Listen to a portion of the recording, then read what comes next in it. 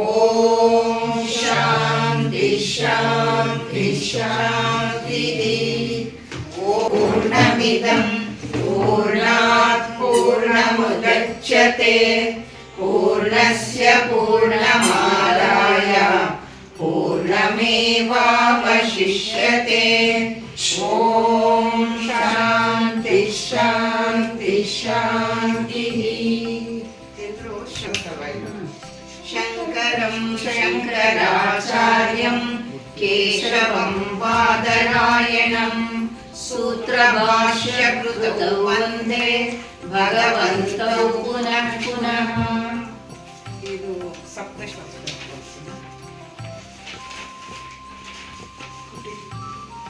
ಎರಡು ಕಾಪಿ ಇದೆ.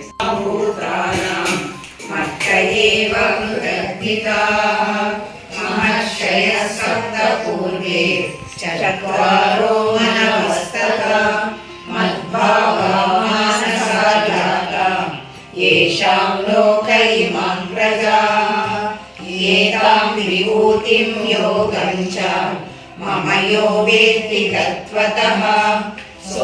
Hi hello welcome to ప్రేమతో మీ ప్రమిళ శ్రీను యూట్యూబ్ ఛానల్. ఇదేంటి మళ్ళీ వాయిస్ మారింది అనుకుంటున్నారా?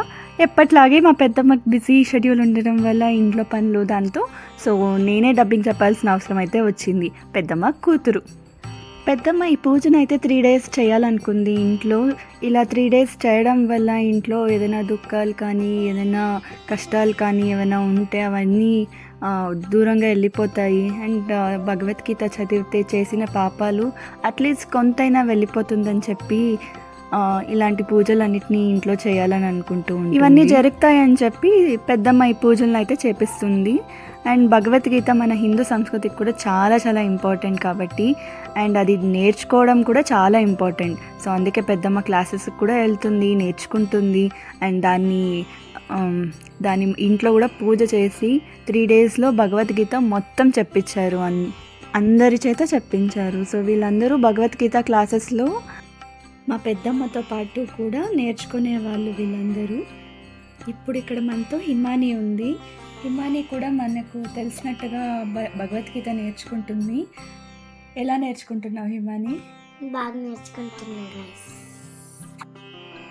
గంధానులేపనం సర్వాశ్చర్యమయం దేవం అనంతం విశ్వతోముఖం దివి సూర్య సహస్రస్య భవేద్యుగపదుత్థితా యది ప్రవిభక్తమనేకథా అపశ్యద్దేవ.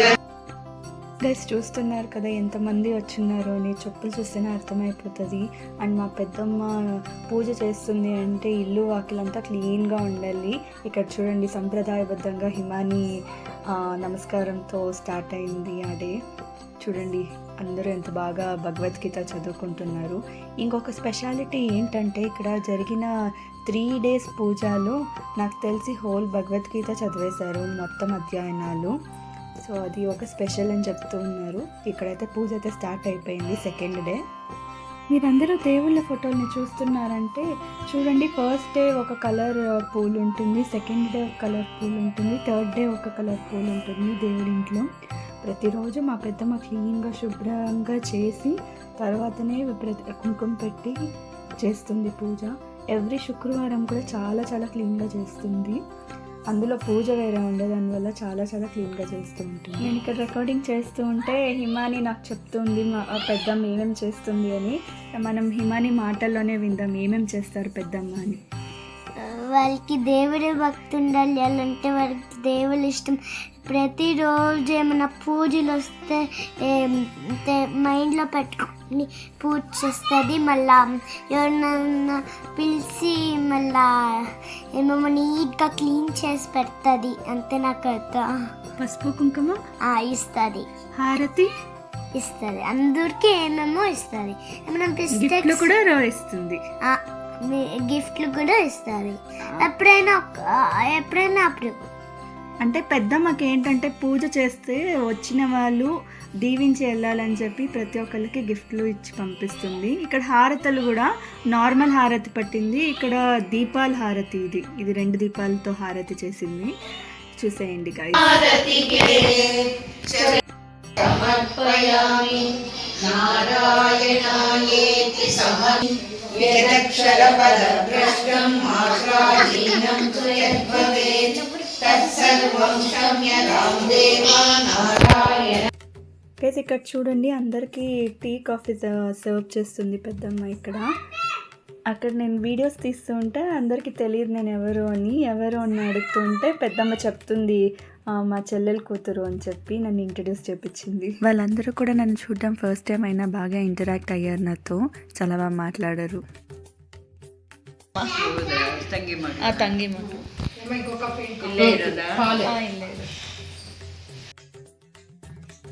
అనసూయశ్చ శృణుయాదపి యో నరః సోపి ముక్తః శుభాన్ లోకాన్ ప్రాప్నుయాత్ పుణ్యకర్మణాం కచ్చిదేతచ్చుతం పార్థ స్వైకాగ్రేణ చేతసా కచ్చిదజ్ఞాన సమ్మోహః.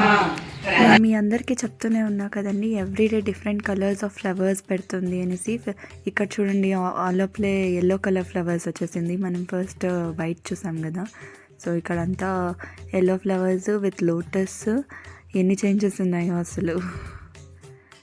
అండ్ కృష్ణుడిని చూడండి, అసలు చాలా చాలా క్యూట్ ఉన్నాడు.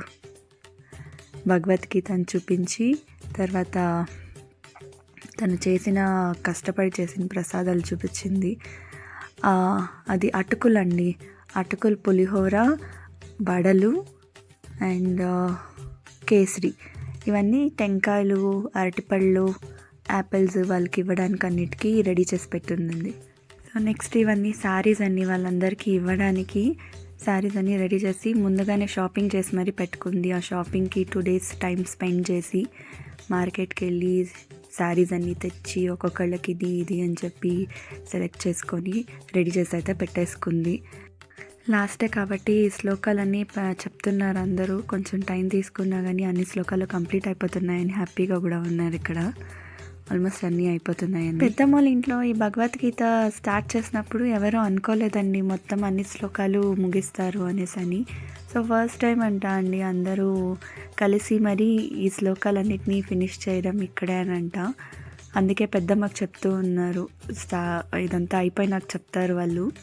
ఫస్ట్ టైం మీ ఇంట్లోనే కుదిరింది ఇలా, ఎవరి ఇంట్లోనూ అంటే చాలామంది ఇళ్ళలో ట్రై చేశారు అనుకుంటాను. సో కుదరలేదు ఎవరింట్లోనూ, మీ ఇంట్లో కుదిరింది అని చెప్పి హ్యాపీగా ఫీల్ అవుతున్నారు అందరూ. అప్పుడే దీని తర్వాత చూపిస్తారు ఆ క్లిప్పింగ్స్ అంతా.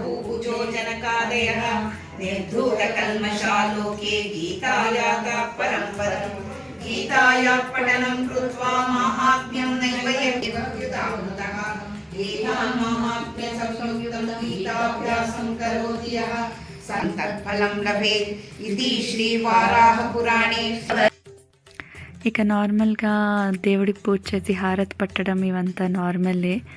సో హారతి అయితే పట్టి అందరికీ ఇచ్చేశారు పెద్దమ్మ.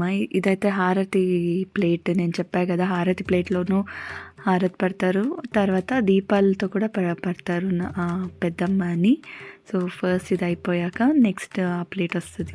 వచ్చిన ప్రతి ఒక్కళ్ళు ఈ పూజని చాలా భక్తితో చేశారు.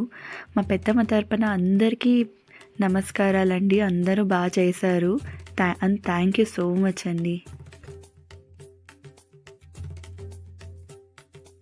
జయ శంకర విద్యా కల్పతరో నిర్మదిత శ్రుతి. జయ శంకర విద్యా కల్పతరో నిర్మదిత శ్రుతి.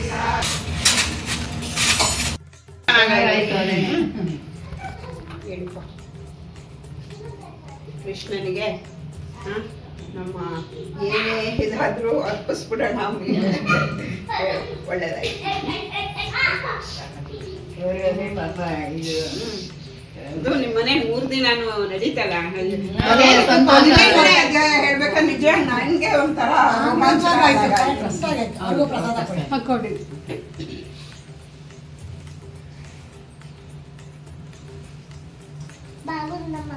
బాగుందా మరి ನಿಂಗೆ ಮಗಳಲ್ಲಿ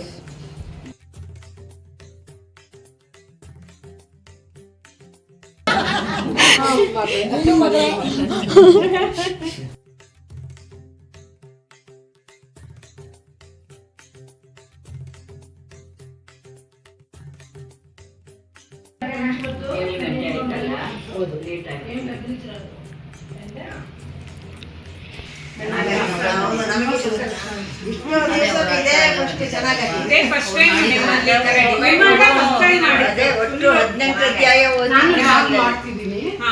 ಇನ್ಮೇಲೆ ಈ ಪ್ರತಿ ಏಕಾದಶಿಲೂ ಹೇಳೋಣ ಪ್ರಮಿಳ.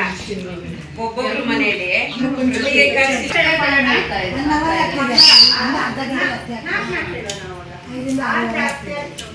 ಅದ್ರ ಬಗ್ಗೆ ಡಿಸ್ಕಸ್ ಮಾಡೋಣ. ಅಲ್ಲ, ಅದ್ರ ಬಗ್ಗೆ ಇನ್ನೊಂದ್ಸಲಿ ಮಾತಾಡೋಣ. 6 ಹೇಳಿದ್ರೆ ವಾಸಿನ ಅಥವಾ 4 ಹೇಳಿದ್ರೆ 5 ದಿವಸಕ್ಕೆ ಬರುತ್ತದೆ. ನಮ್ಮ ಬೀದಿ ಬದನೆ ಬಗ್ಗೆ ಮಾತಾಡೋಣ.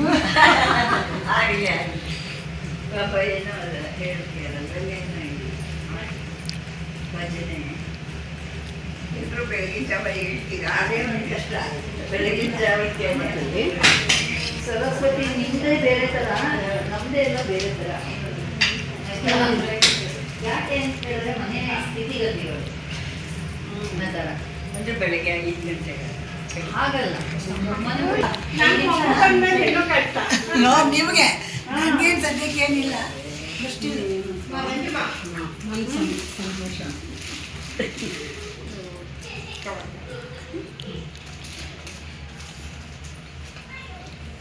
ಮಿಸ್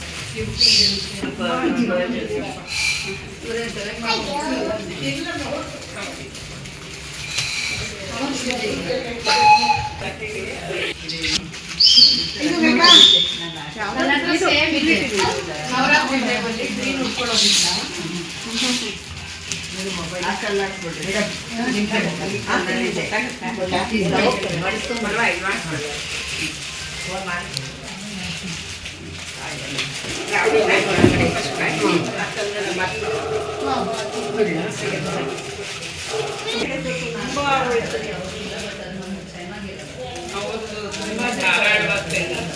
ನಾನು ನವರಾತ್ರಿಗೆ ಬರ್ತಿರ್ಲಿ.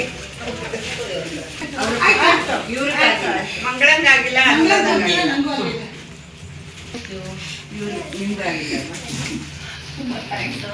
ಆದ್ರೆ ಬೇಡ ಅಂತ ಹೇಳಿದ್ರು ನೀವು ಕೊಟ್ಟಿರಲಿಲ್ಲ.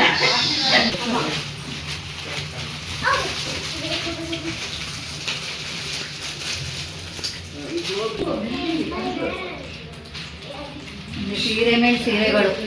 ಹೋದ ವಾರ ನನ್ನ ಫ್ರೆಂಡ್ ಮಗನ ಮದುವೆ ಆಯ್ತು, ಅವಳೊಂದು ಸೀರೆ. ಹೀಗೆ ಸೀರೆಗಳು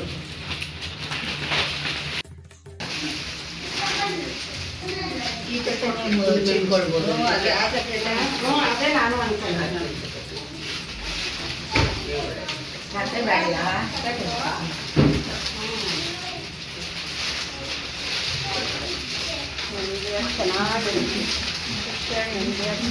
ಚೆನ್ನಾಗಾಯ್ತು ಫಂಕ್ಷನ್. ಎಲ್ಲ ಚೆನ್ನಾಗೂ ಆಯ್ತು. ಕೃಷ್ಣನ ದಯೆ ಪ್ರಮಿಳನ ಫ್ಯಾಮಿಲಿ ಮೇಲೆ ಇದೆ.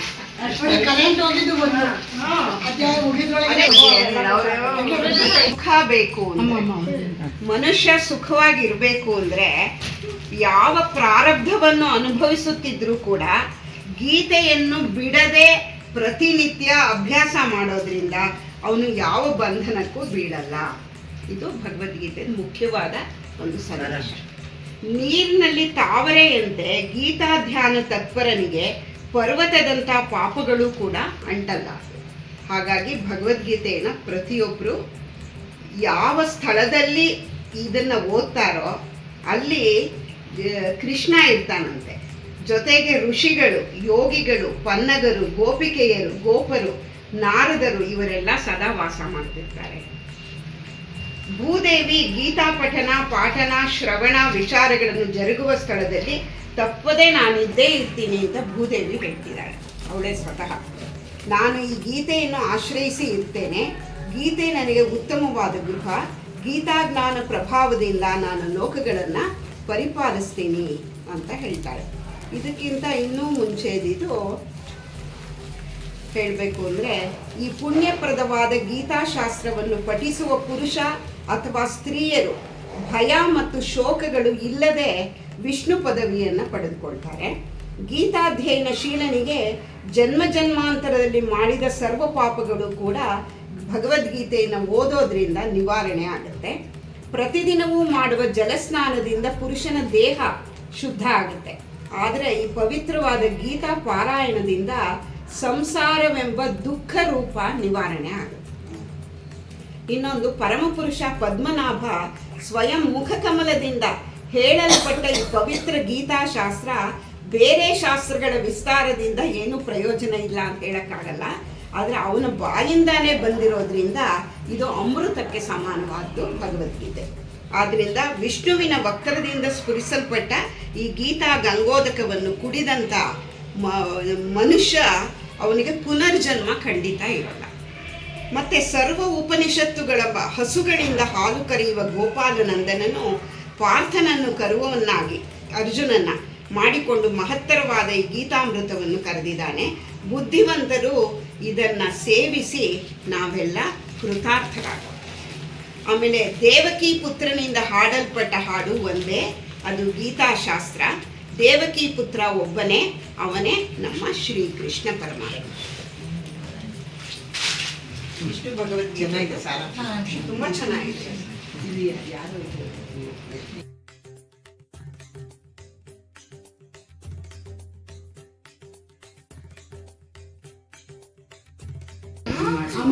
ನನ್ನ ಹೆಸರು ಮಾತ್ರ ಹಾಕ್ತಿದ್ದಾಳೆ, ನನ್ನ ಮಗನ ಅಮ್ಮ ಇವಾಗ ಎಡಿಟ್ ಮಾಡಿದ್ದೀನಿ. ಈ ಕರ್ಮನೂ ಕರ್ಗೋಗತ್ತೆ ಭಗವದ್ಗೀತೆ ಹೇಳಿದ್ರೆ ಅಂತಾನು ಹೇಳ್ತಾ ಇರ್ತಾರೆ, ನಾನು ಕೇಳಿದ್ದೀನಿ. ಮತ್ತೆ ನಾನು ಎಷ್ಟೊಂದು ಈ ವಿಡಿಯೋಗಳಲ್ಲೆಲ್ಲ ಬರ್ತಾ ಇರತ್ತೆ, ಕರ್ಮ ಅನ್ನೋದು ಅನುಭವಿಸ್ಲೇಬೇಕು, ಅದು ಬಂದೇ ಬರುತ್ತೆ ಅಂತಾನು ಹೇಳ್ತಾರೆ. ಮತ್ತೆ ಭಗವದ್ಗೀತೆ ಓದಿದ್ರೆ ಕರ್ಮ ಕರ್ಗೋದು ತುಂಬ ಅನುಭವಿಸೋದು ಸ್ವಲ್ಪ ಅನುಭವಿಸ್ತೀರ. ಈಗ ಏನೋ ಒಂದು ನಮಗೆ ಕಾರ್ ಆಕ್ಸಿಡೆಂಟು ಏನೋ ಆಗೋ ಒಂದು ಇದು ನಮ್ಮ ಕರ್ಮದಲ್ಲಿದೆ, ಪ್ರಾರಬ್ಧದಲ್ಲಿ ಅದು ಆಗೋದು. ಒಂದು ಸಣ್ಣ ಆಕ್ಸಿಡೆಂಟ್ ಆಗಿ ಒಂದು ಗಾಯಗಳಾಗೋ ಏನೋ ಅಷ್ಟರಲ್ಲಿ ಸಮಾಪ್ತಿ ಆಗುತ್ತೆ. ಆದ್ದರಿಂದ ಭಗವದ್ಗೀತೆಯನ್ನು ಪ್ರತಿದಿನ ಓದಿ, ಇದರಿಂದ ನಮ್ಮ ಕರ್ಮಗಳಿಂದ ನಾವು ಮುಕ್ತರಾಗಬಲ್ಲದು ಅನ್ನೋದು ಹೇಳಿ. ಮನೆಯಲ್ಲಿ ಜೋರಾಗಿ ಓದ್ಬೇಕು, ಮೌನವಾಗಿ ಓದಬಾರ್ದು. ಆ ಜೋರಾಗಿ ಓದೋದ್ರಿಂದ ಆ ವೈಬ್ರೇಷನ್ ಇರುತ್ತಲ್ಲ, ಅದು ನಮ್ಮನ್ನ ಎಷ್ಟೋ ಒಂದು ಇದರಿಂದ ಕಾಪಾಡುತ್ತೆ. ಇವಾಗ ಭಗವದ್ಗೀತೆ ಮನೆಯಲ್ಲಿ ಇಟ್ಕೊಂಡ್ರೆ ಸಾಕು ಅಂತ ಪೂಜೆ ದೇವ್ರ ಮನೇಲಿ ಇಟ್ಬಿಡ್ತಾರೆ.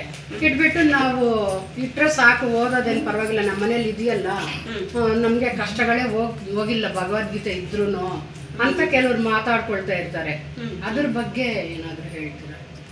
ಭಗವದ್ಗೀತೆನ ಇದೊಂದು ಪವಿತ್ರ ಗ್ರಂಥ. ಹಿಂದೂಗಳಿಗೆ ಭಗವದ್ಗೀತೆ ಪವಿತ್ರ ಗ್ರಂಥ. ಇದು ನಮ್ಮ ಮನೆಯಲ್ಲಿ ಇದೆ ಅಂದರೆ ನಮಗೆ ಅದು ಎಷ್ಟೋ ಪುಣ್ಯ ಅಂತ. ಅದನ್ನು ಓದಕ್ಕೆ ಪ್ರಾರಂಭ ಮಾಡಿದ್ರೆ ಅಥವಾ ಪ್ರತಿನಿತ್ಯ ಪಠಣೆ ಮಾಡಿದ್ರೆ ನಾವು ಖಂಡಿತ ನಮ್ಮ ಏನೊಂದು ಕಷ್ಟಗಳನ್ನು ಇದು ಕಮ್ಮಿ ಮಾಡಿಸುತ್ತೆ. ಮತ್ತು ಇದನ್ನು ಇನ್ನೊಂದು ಹೇಳಬೇಕು ಅಂತಂದರೆ, ಇದು ಪೂರ್ವ ಜನ್ಮದ ಒಂದು ಸುಕೃತದಿಂದ ನಾವು ಇದನ್ನು ಓದಕ್ಕೆ ಸಾಧ್ಯ. ಇಲ್ಲದೇ ಇದ್ರೆ ನೀವು ಎಷ್ಟೇ ಅದು ಹೇಳಿದ್ರು ಕೂಡ ಇದನ್ನು ಓದಕ್ಕಾಗಲ್ಲ, ಗೊತ್ತಾಯ್ತಾ? ಆ ಪೂರ್ವ ಜನ್ಮದ ಒಂದು ಪುಣ್ಯ ನಮ್ಮಲ್ಲಿದ್ರೆ ಮಾತ್ರ ಇದನ್ನು ಓದ್ಬೋದು ಅಂತ ಹೇಳ್ಬೋದು. ಮನೇಲಿರೋದು ಹೇಳಿ ಮನೇಲಿರೋದು ಪುಣ್ಯನೇ. ಅದು ಮನೇಲಿರೋದು ಪುಣ್ಯ, ಅದನ್ನು ಓದಿದ್ರೆ ಇನ್ನೂ ಪುಣ್ಯ. ನಮಗೆ ಜಾಸ್ತಿ ಪುಣ್ಯ ಸಂಪಾದನೆ ಮಾಡ್ಕೋಬೇಕು. ಮನುಷ್ಯ ಪಾಪಗಳಿಗಿಂತ ಪುಣ್ಯ ಸಂಪಾದನೆ ಮಾಡ್ಕೋಬೇಕು ಅಂತ ಇಚ್ಛೆ ಪಡ್ತಾನೆ. ಆ ಪುಣ್ಯ ಸಂಪಾದನೆ ಮಾಡಬೇಕು ಅಂದ್ರೆ ಈ ಭಗವದ್ಗೀತೆ ಪಠಣೆ ಪ್ರತಿನಿತ್ಯ ಆಗಬೇಕು, ಪ್ರತಿಯೊಬ್ಬರು ಓದಬೇಕು. ಮತ್ತೆ ಈ ಭಗವದ್ಗೀತೆ ಓದೋದ್ರಿಂದ ಇನ್ನೇನೇನು ನಮಗೆ ತಿಳುವಳಿಕೆ ಇಂಥದ್ದೇನಾದ್ರೂ ಇದೆಯಾ ಇದರಲ್ಲಿ? ನಮಗೆ ಇದ್ರ ಬಗ್ಗೆ ಹೌದು, ಭಗವದ್ಗೀತೆ ಓದೋದ್ರಿಂದ ಮಕ್ಕಳಲ್ಲಿ ಬುದ್ಧಿಶಕ್ತಿ ಜಾಸ್ತಿ ಆಗುತ್ತೆ. ಯಾಕೆಂದ್ರೆ ಇದು ಸಂಸ್ಕೃತದ ಒಂದು ಉಚ್ಚಾರಣೆಗಳಿರೋದ್ರಿಂದ ಮಕ್ಕಳು ಬ್ರೈನ್ ಡೆವಲಪ್ಮೆಂಟ್ ಚೆನ್ನಾಗಾಗುತ್ತೆ. ಅದಕ್ಕೆ ಸಂಸ್ಕೃತ ಶ್ಲೋಕಗಳನ್ನು ಮನೇಲಿ ಓದಬೇಕು ಅಂತ ಹೇಳ್ಬೋದು. ಮತ್ತೆ ಬರೀ ಮಕ್ಕಳಿಗೆ ಅಂತಲ್ಲ, ಅಬಾಲ ವೃದ್ಧರಾದಿಯಾಗಿ ಚಿಕ್ಕ ಮಕ್ಕಳಿಂದ ದೊಡ್ಡ ವೃದ್ಧರವರೆಗೂ ಇದು ನಮಗೆ ತುಂಬ ತುಂಬ ತುಂಬ ಸಹಾಯ ಮಾಡುತ್ತೆ. ಇದನ್ನು ಓದಿ ನಾವು ಕೃತಾರ್ಥರಾಗೋಣ. ಓದೋ ಮಕ್ಕಳಿಂದ ಹಿಡಿದು ಉದ್ಯೋಗ ಮಾಡೋರು, ಬಿಸ್ನೆಸ್ ಮಾಡೋರು, ಗೃಹಿಣಿಯಾಗ್ಲಿ, ಇದು ಪ್ರತಿಯೊಬ್ಬರಿಗೂ ಸಹಾಯ ಮಾಡುವಂತ ಪವಿತ್ರವಾದ ಗ್ರಂಥ ಭಗವದ್ಗೀತೆ. ಆದ್ದರಿಂದ ಪ್ರತಿಯೊಬ್ಬರೂ ಖಂಡಿತ ಇದನ್ನು ಓದಿ ನಾವು ನಮ್ಮ ಪುಣ್ಯವನ್ನು ಸಂಪಾದನೆ ಮಾಡೋಣ.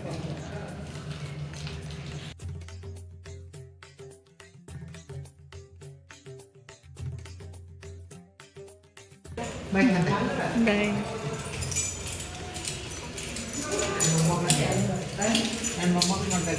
ಖಂಡಿತ ಅಲ್ಲ, ಓಡಿಸ್ಕೊತಾರೆ.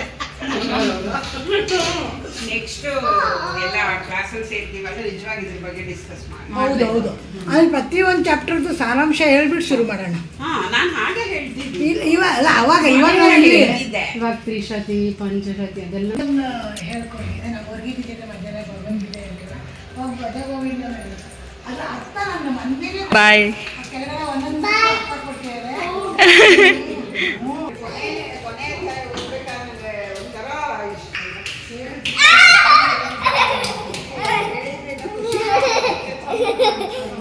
ಹಿಮಾನಿ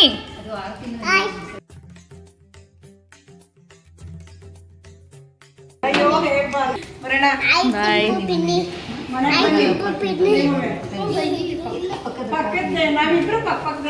ನೀರಜನ್ ಮನೆ ಹತ್ರನೇ.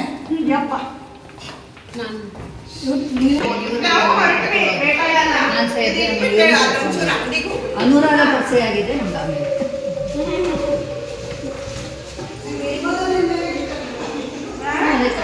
ನೀವು ಸೆಕೆಂಡ್ ಇಲ್ಲ, ನಾವು ಗ್ರೌಂಡ್ ಫ್ಲೋರಲ್ಲಿ ನೀವು ಗ್ರೌಂಡ್, ನಾವು ಒಂದೇ ಮುಂದ್ಗಡೆ ಹಿಂದ್ಗಡೆ ನಾವು ಮುಂದ್ಗಡೆ ಇದ್ದೀನಿ, ಇವರು ಹಿಂಭಾಗ ಮನೆ. ಒಂದೇ ಫಸ್ಟ್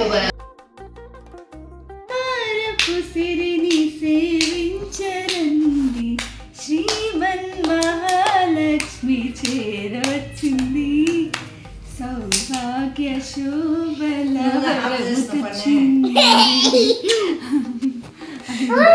ಓಂ ಗುರು ಬ್ರಹ್ಮ ಗುರು ವಿಷ್ಣು ಗುರುದೇವೋ ಮಹೇಶ್ವರ ಗುರು ಸಾಕ್ಷಾತ್ ಪರಬ್ರಹ್ಮ ತಸ್ಮೈ ಶ್ರೀ ಗುರವೇ ನಮಃ. ಹಲೋ,